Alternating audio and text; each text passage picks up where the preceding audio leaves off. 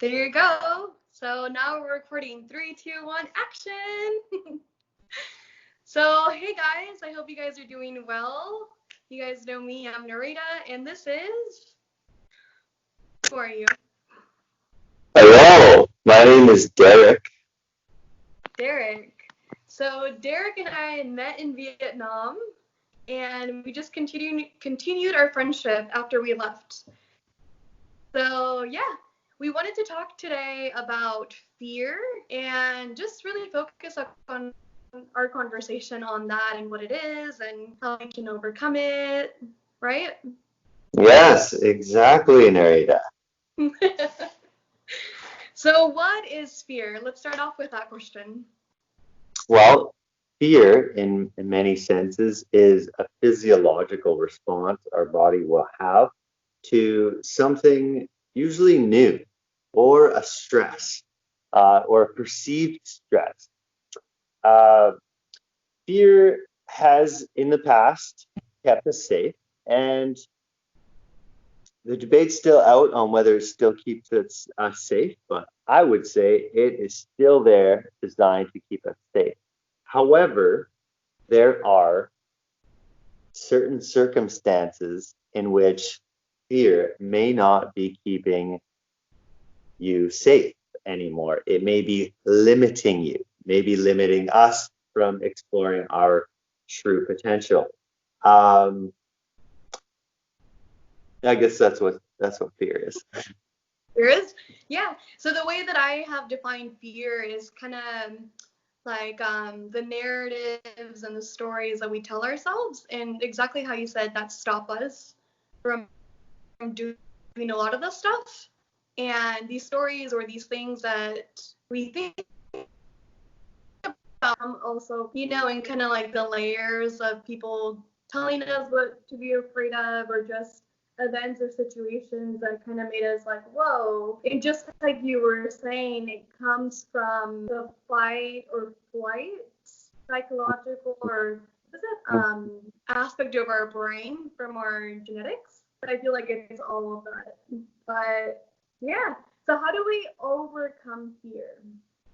Oh, I'm glad you asked that, Narita. How to overcome fear. Now, there was someone once who said something, and it goes like this. Only by witnessing our fear may we transform it. So let's break that down a bit. So when we witness our own fear, when we see it, we recognize it, when we validate that fear, that's the first step. So the first step isn't overcoming the fear, just like the first step is saying, I'm afraid of this. This is scary. And once we've witnessed that fear, once we've come to terms with how we feel, then now we have an opportunity to take a step back. We can do any number of things, including asking ourselves, where does this come from?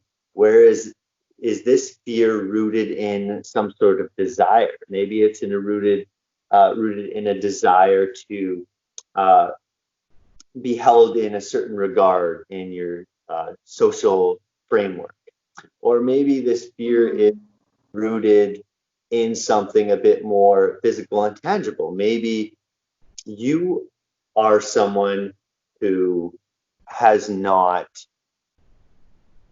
has not swam in a deep lake before, and now you are with some friends and you're about to go to this great watering hole, and you're looking at the lake thinking, okay, I've only done this once or twice as a child, and it was like in a low river. Like, am I going to drown? What is going to happen? So your body's going to experience all these tense, fearful, all of these fearful responses. So that your fight or flight, as you were saying, Narita, is going to tell us to either fight it and jump in, or it's going to tell us to fly, like get the heck out of there. Uh, Now, how to overcome fear. So we have the first step, which is recognizing what is the fear, right? So let's say I have a fear of public speaking. And I've recognized, okay, this is scary. And now maybe I can ask myself, why is it scary? Okay, I am afraid of being judged. I'm afraid of messing up. Um, I'm afraid of what people may think if I do not uh, deliver a world-class speech. Now, after you've recognized this, there's only one way to overcome that, and that's to just dive right in, which is arguably the hardest part, is the first time. Now, here's the good news, is that it's not going to be that hard every time. It's going to be the hardest the first time, and every other time it gets slightly easier. Mm-hmm. So a good strategy to use is to try that thing once, even if you do it in a fractionary amount, trying that one thing, because you can say to yourself after, hey, I did that. I did something I wasn't totally comfortable with. Even if it's not the whole shebang, you did just a little bit. And if you're able to do just that little bit, you're able to do just that little bit more and a little bit more and a little bit more. Now, fear keeps us in a comfort zone. And by doing this little bit, you're now creating a new comfort zone. And before you know it, the thing that was keeping you in your comfort zone, now you've created a new comfort zone. And now this thing is second nature to you. Mm-hmm.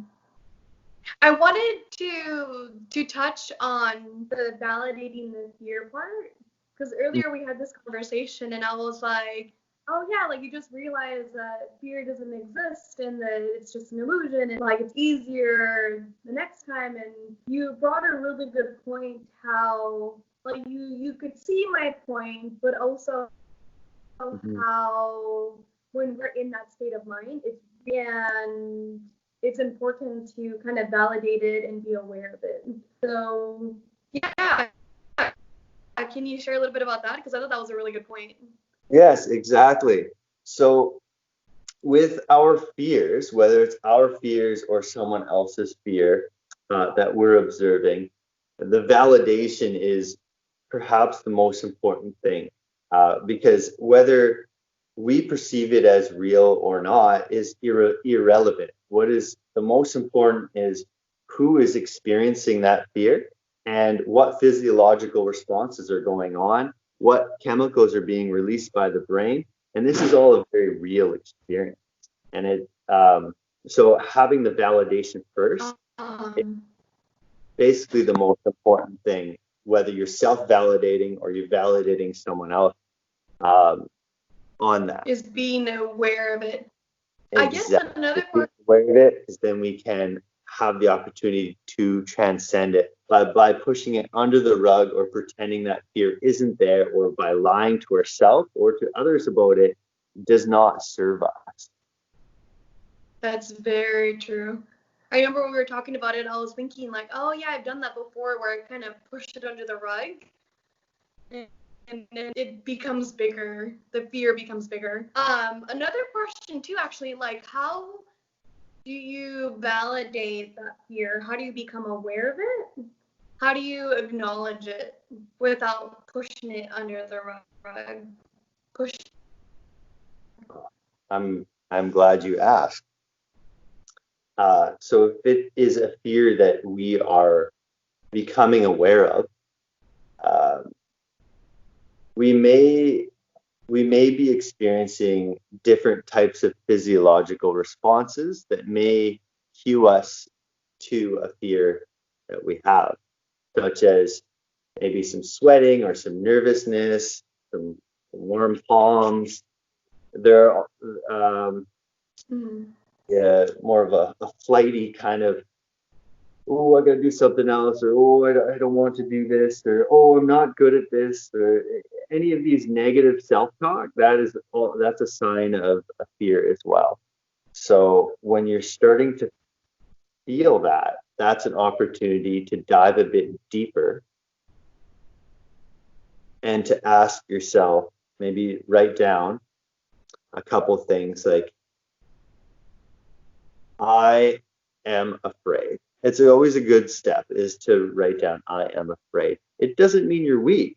In fact, it's the opposite. You're being calculating, you're being observant, and by writing down what things you are afraid of and being honest with yourself, you can then transform those fears. And then you can get down to other fears that you might really want to take care of. Yeah, that's a really good point. Before I went to Vietnam, I realized I had like 10 plus peers. And the way that I was able to kind of go through it was I wrote it down. And that's so true because once you become aware of the fear, there's a whole other process that comes with it. Not dissolving it.